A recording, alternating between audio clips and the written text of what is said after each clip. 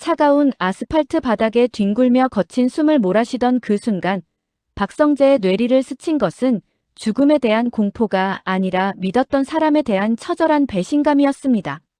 사람이 사람을 죽이려 할 때, 그것도 어머니라 불렀던 사람이 아들을 향해 사리를 품을 때 그 눈빛이 얼마나 서늘하게 변하는지 상상해 보셨나요? 오늘 이야기는 바로 그 끔찍한 진실의 끝에서 살아 돌아온 한 남자의 핏빛 복수극입니다. 평생을 우아한가면 뒤에 숨어 살아온 고성애, 그녀가 자신의 탐욕을 위해 어디까지 타락할 수 있는지, 그리고 그 지옥 같은 마수에서 벗어나기 위해 박성재가 어떤 선택을 하게 되는지 지금부터 그 숨막히는 현장으로 여러분을 안내하겠습니다. 이야기는 크리스마스 이브, 그 차가운 겨울밤의 골목길에서 시작되었습니다. 화려한 조명과 캐럴이 울려 퍼지는 거리와는 달리 후미진 골목 안에는 살을 애는 듯한 냉기만이 감돌고 있었는데요. 그곳에 세 사람이 서 있었습니다. 공포에 질려 파랗게 질린 얼굴의 고성애, 분노와 슬픔으로 얼룩진 지은호, 그리고 이 모든 상황을 목격하고 만 박성재였죠. 성재는 자신의 눈을 의심했습니다. 평소 우아하고 기품 넘치던 새어머니 고성희가 자신이 아끼는 후배 지은호에게 막말을 퍼붓고 있었으니까요. 너 같은 게 감히 내 앞을 막아서 쥐도 새도 모르게 없어지고 싶어? 고성희의 입에서 나온 말이라고는 믿기 힘든 폭언이었습니다. 하지만 더 충격적인 건 그 뒤에 이어진 은호의 절규였죠. 당신이 사람이니? 나를 낳아놓고 핏덩이 같은 나를 버려놓고 이제 와서 우진이 살리겠다고 내 간을 내놓으라고. 당신이 그러고도 엄마야? 그 순간 성재의 머릿속에서 거대한 폭발이 일어난 듯 했습니다. 멍해진 정신을 부여잡고 그는 비틀거리며 두 사람 앞으로 걸어갔습니다. 성재의 등장에 소스라치게 놀란 고성희의 동공이 지진이 난 듯 흔들렸습니다. 성재야. 고성희가 떨리는 목소리로 아들의 이름을 불렀지만 성재의 눈빛은 이미 예전에 온화하던 아들의 것이 아니었습니다. 그는 싸늘하게 식은 눈으로 고성희를 내려다보며 물었습니다. 어머니, 이게 다 무슨 소리입니까? 은호 후배가 어머니 딸이라니요? 우진이 간 이식을 위해 은호 후배를 이용했다니요? 고성희는 뒷걸음질 치며 변명하려 했지만 성재는 더 이상 그녀의 거짓 노름에 속아줄 생각이 없었습니다. 그는 은호의 손목을 잡고 다른 한 손으로는 도망치려는 고성희의 팔을 꽉 움켜쥐었습니다. 가시죠. 집으로. 뭐? 성재야, 너 지금 미쳤니? 아버지가 계신 집에 이 애를 데리고 가겠다고. 고성희가 발악하듯 소리쳤지만 성재의 고집을 꺾을 순 없었습니다. 가서 확인해보죠.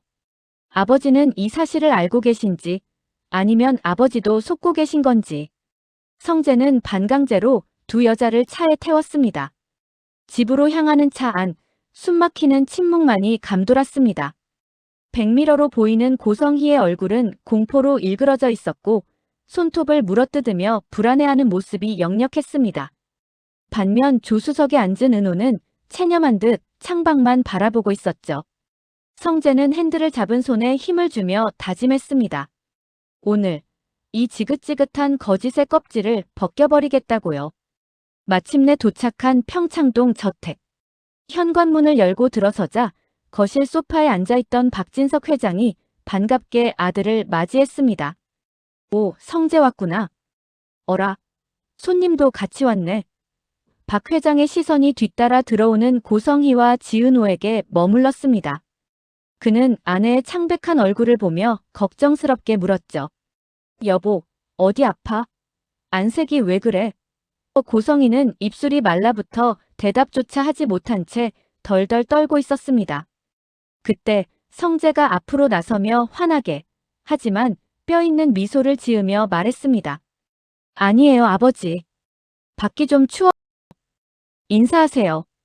제 대학 후배 지은호입니다. 오다가 우연히 어머니랑 같이 있는 걸 봐서 인사도 드릴 겸 데리고 왔어요. 성재의 태연한 연기에 고성희는 숨이 턱 막히는 것 같았습니다. 은호가 쭈뼛거리며 인사를 하자 박 회장은 인자한 미소로 그녀를 반겼습니다. 아, 성재 후배라고. 어서 와요. 앉아요. 모두가 소파에 둘러앉은 그 순간 거실에는 보이지 않는 팽팽한 긴장감이 흘렀습니다. 성재는 차를 한 모금 마신 뒤 찻잔을 내려놓으며 마치 툭 던지듯 하지만 계산된 한마디를 던졌습니다. 그런데 아버지, 뭐 느껴지는 거 없으세요? 박 회장이 의아한 듯 되물었습니다. 느껴지는 거? 뭐가 말이냐? 성재는 시선을 고성희에게 고정한 채 천천히 입을 열었습니다. 은호 후배랑 우리 어머니 정말 닮지 않았나요? 쨍그랑.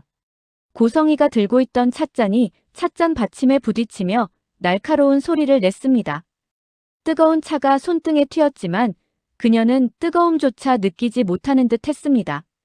성재의 말에 박 회장은 안경을 고쳐 쓰고 은호와 고성희를 번갈아 쳐다보았습니다.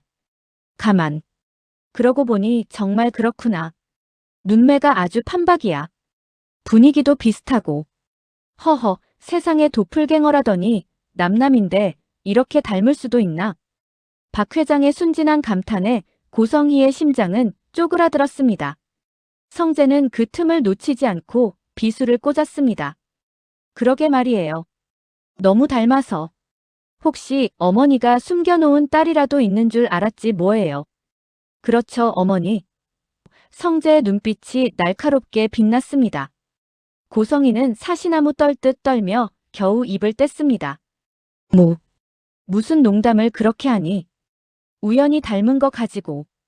그녀의 목소리는 갈라져 있었고 시선은 불안하게 허공을 떠돌았습니다. 은호는 주먹을 꽉 쥔 채 고개를 숙이고 있었죠. 지금 당장이라도 맞아요. 내가 당신이 버린 딸이에요. 라고 소리치고 싶은 걸 억지로 참고 있는 게 분명했습니다. 성재는 여기서 멈추지 않았습니다. 농담이죠, 당연히. 우리 어머니처럼 고상하고 가정적인 분이 자식을 버렸을 리가 없잖아요. 만약 그랬다면 그건 사람이 아니라 짐승만도 못한 존재일 테니까요. 성재의 말 한마디 한마디가 고성희의 가슴에 모처럼 박혔습니다. 박 회장은 그저 아들의 농담으로 치부하며 허허 웃었지만 고성희에게 그 시간은 억겁의 지옥과도 같았습니다. 자리가 파하고 성재는 은호를 배웅하겠다며 함께 밖으로 나갔습니다. 현관문이 닫히기 직전 성재는 뒤를 돌아보며 고성희에게 소리 없는 입모양으로 경고했습니다. 지켜보고 있습니다. 그 서늘한 경고에 고성희는 다리에 힘이 풀려 그 자리에 주저앉고 말았죠.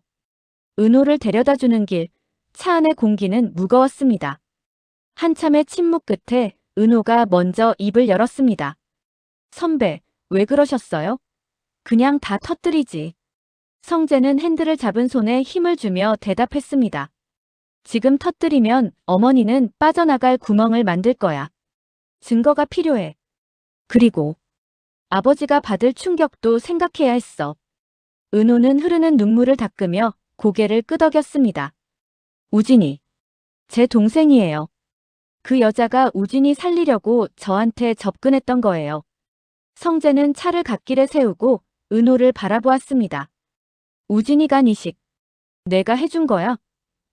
은호의 끄덕임에 성재는 가슴이 미어지는 것 같았습니다.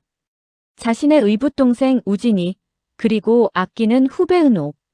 두 사람이 고성희의 욕심 때문에 얼마나 큰 희생을 치렀는지 알게 되자 분노가 치밀어 올랐습니다. 미안하다, 은호야. 내가 너무 늦게 알았어. 이제 내가 바로잡을게. 너랑 우진이, 내가 지킬게. 집으로 돌아온 성재는 방에 틀어박혀 우진에게 전화를 걸었습니다. 수십 번의 연결 시도 끝에 겨우 닿은 우진의 목소리는 힘이 없었습니다. 형. 성재는 울컥하는 마음을 누르며 물었습니다. 우진아, 사실대로 말해줘. 어머니가 너한테 무슨 짓을 한 거니? 전화기 너머에서 우진의 긴 한숨 소리가 들려왔습니다. 형, 저는 엄마한테 아들이 아니었어요. 그냥 회사를 물려받기 위한 도구였죠. 제 병도 숨기라고 했어요. 그리고 은호 누나를 찾았을 때 엄마는 누나를 딸이 아니라 제 부속품으로만 봤어요. 우진의 고백은 성재의 마지막 남은 정마저 끊어놓기에 충분했습니다. 엄마는 제가 죽으면 모든 게 물거품이 된다고 했어요. 형, 저 너무 무서웠어요. 그리고 은호 누나한테 너무 미안해서. 흐느끼는 우진의 목소리를 들으며 성재는 결심했습니다. 이 악연의 고리를 자신이 끊어야겠다고요. 우진아, 잘 들어. 이제부터 형만 믿어. 형이 다 해결할게. 넌 몸조리 잘하고 숨어 있어. 한편 고성이는 공포에 질려 제정신이 아니었습니다. 성재가 모든 걸 알고 있다는 사실, 그리고 박 회장에게 언제든 폭로할 수 있다는 사실이 그녀를 미치게 만들었죠. 그녀는 서재를 왔다 갔다 하며 손톱을 물어뜯었습니다. 성재가 입을 여는 순간 난 끝이야. 빈털터리로 쫓겨날 거야. 아니, 감옥에 갈지도 몰라. 그녀의 눈빛이 서서히 광기로 물들기 시작했습니다. 안 돼. 내가 어떻게 여기까지 왔는데. 절대 뺏길 수 없어. 고성이는 떨리는 손으로 금고 속에 숨겨둔 대포폰을 꺼냈습니다. 그리고 저장되지 않은 번호로 전화를 걸었죠. 신호음이 몇 번 울리고 거친 목소리의 남자가 전화를 받았습니다. 네, 사모님. 무슨 일이십니까? 고성이는 침을 꼴깍 삼키며 낮지만 분명한 목소리로 말했습니다. 처리해야 할 게 있어. 이번엔 좀 커. 대상은요? 박성재. 내 의부사들. 전화기 너머 남자가 잠시 침묵하더니 곤란한 듯 물었습니다. 가족 아닙니까? 뒤탈이 클 텐데요. 고성희의 눈이 도끼로 번들거렸습니다. 돈은 얼마든지 줄게. 사고사로 위장해. 브레이크 고장, 뺑소니, 뭐든 좋아. 그냥 내 눈앞에서 영원히 사라지게만 해줘. 그녀는 전화를 끊고 창밖을 바라보며 섬뜩하게 웃었습니다. 성재야, 미안해하지 마라. 내가 너무 많이 알았어. 넌 애초에 내 인생에 끼어들지 말았어야 했어. 다음 날 아침, 성재는 복잡한 머리를 식히기 위해 조깅을 나섰습니다. 밤새 잠을 설친 탓에 몸은 천근만근이었지만 정신만은 또렷했습니다. 그는 우진과 은호를 어떻게 보호할지, 고성희의 죄를 어떻게 밝혀낼지 끊임없이 고민하며 평소 다니던 한적한 산책로를 달렸습니다. 겨울 아침의 상쾌한 공기가 폐부 깊숙이 들어왔습니다. 거리에는 이른 시간이라 사람도 별로 없었고 간간이 들리는 새소리만이 평화로움을 더해주고 있었죠. 그가 골목 모퉁이를 돌려던 찰나였습니다. 뒤쪽에서 날카로운 엔진 소리가 고막을 찢을 듯 울려 퍼졌습니다.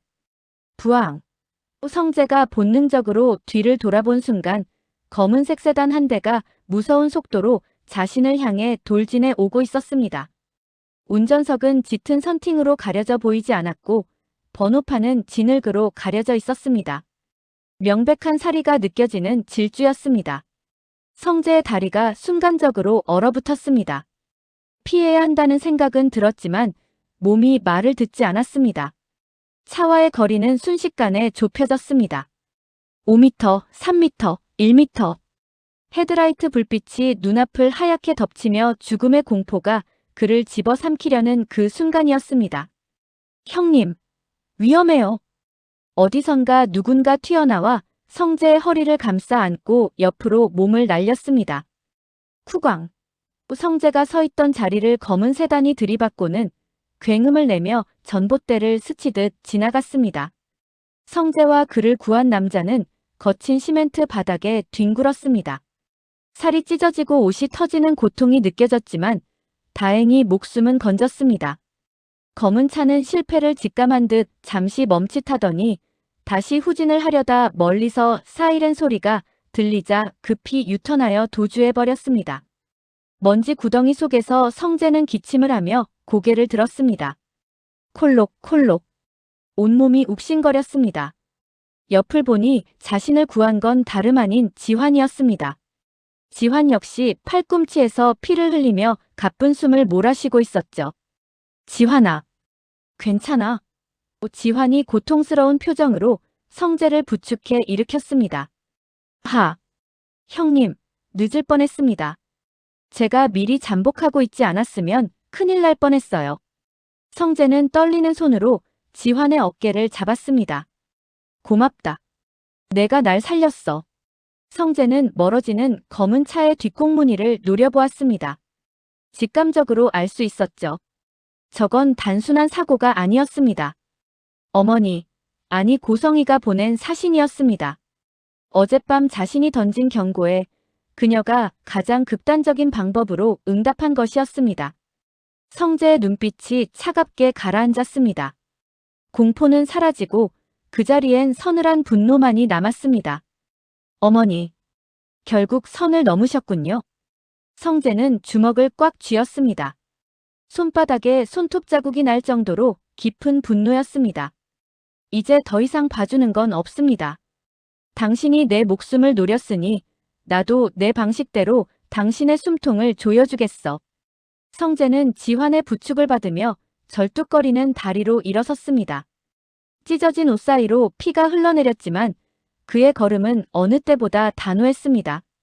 그 시각 고성이는 집에서 초조하게 전화를 기다리고 있었습니다. 성공했을까? 죽었을까? 그때 전화벨이 울렸습니다. 그녀는 화들짝 놀라며 전화를 받았습니다. 어떻게 됐어? 처리했어? 전화기 너머 남자는 다급한 목소리로 말했습니다. 실패했습니다. 웬 놈이 끼어드는 바람에. 지금 경찰이 깔려서 당분간 움직이기 힘듭니다. 뭐? 실패? 이 멍청한 자식들아. 그게 어떤 일인데 실패를 해. 고성이는 비명을 지르며 전화기를 집어던졌습니다. 아! 그녀는 머리를 감싸쥐고 주저앉았습니다. 실패했다. 성재가 살아있다. 그 말은 곧 이제 성재가 자신을 죽이러 올 거라는 뜻이었습니다. 성재는 병원으로 가지 않았습니다. 찢어진 상처를 대충 지혈한 채 곧장 아버지 박진석 회장의 집무실로 향했습니다. 피 묻은 셔츠, 헝클어진 머리, 살기 어린 눈빛. 비서들이 놀라 막아섰지만 성재는 그들을 밀치고 회장실 문을 벌컥 열었습니다. 박 회장은 서류를 보다가 놀란 눈으로 아들을 쳐다봤습니다. 성재야, 너 꼴이 이게 뭐냐? 무슨 일 있었어? 성재는 아버지의 책상 앞에 서서 피 묻은 손으로 품 안에서 녹음기 하나를 꺼내 올려놓았습니다. 그것은 지환이 도주하는 차량의 번호판을 찍은 사진과 고성이가 며칠 전 성재를 협박했던 대화 내용이 담긴 녹음기였습니다. 아버지, 잘 들으세요. 이건 사고가 아닙니다. 살인 미수입니다. 그리고 그 배후에 어머니가 있습니다. 박 회장의 얼굴이 경악으로 물들었습니다. 그게 무슨 소리냐? 내 엄마가 널 죽이려 했다니. 성재는 흔들림 없는 눈빛으로 아버지를 직시했습니다. 어머니가 은호 후배를 버린 친모라는 사실, 그리고 우진이 수술을 위해 은호의 간을 빼앗으려 했다는 사실을 제가 알았거든요. 입막음을 하려다 안 되니 절 제거하려 한 겁니다. 박 회장은 믿을 수 없다는 듯 고개를 저었습니다. 하지만 성재 같은 녹음기에서 흘러나오는 고성희의 악독한 목소리, 그리고 지환이 보내온 사고 현장의 CCTV 영상은 부정할 수 없는 증거였습니다. 박 회장의 손이 부들부들 떨리기 시작했습니다. 배신감과 충격, 그리고 아들을 잃을 뻔했다는 공포가 뒤섞여 그의 가슴을 쳤습니다. 성재는 아버지에게 다가가 무릎을 꿇고 말했습니다. 아버지, 이제 선택하셔야 합니다. 그 여자의 가면을 벗기고 죄를 물으시겠습니까? 아니면 이대로 우리 가족 모두가 그 여자의 탐욕에 잡아먹히는 걸 지켜보시겠습니까?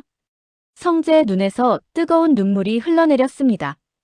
그것은 키워준 정에 대한 마지막 예우이자 이제 시작될 전쟁에 대한 선전포고였습니다. 박진석 회장은 떨리는 손으로 아들의 피 묻은 어깨를 감싸 안았습니다. 그의 눈빛 또한 점차 매섭게 변해가고 있었죠. 내 아들을 건드려.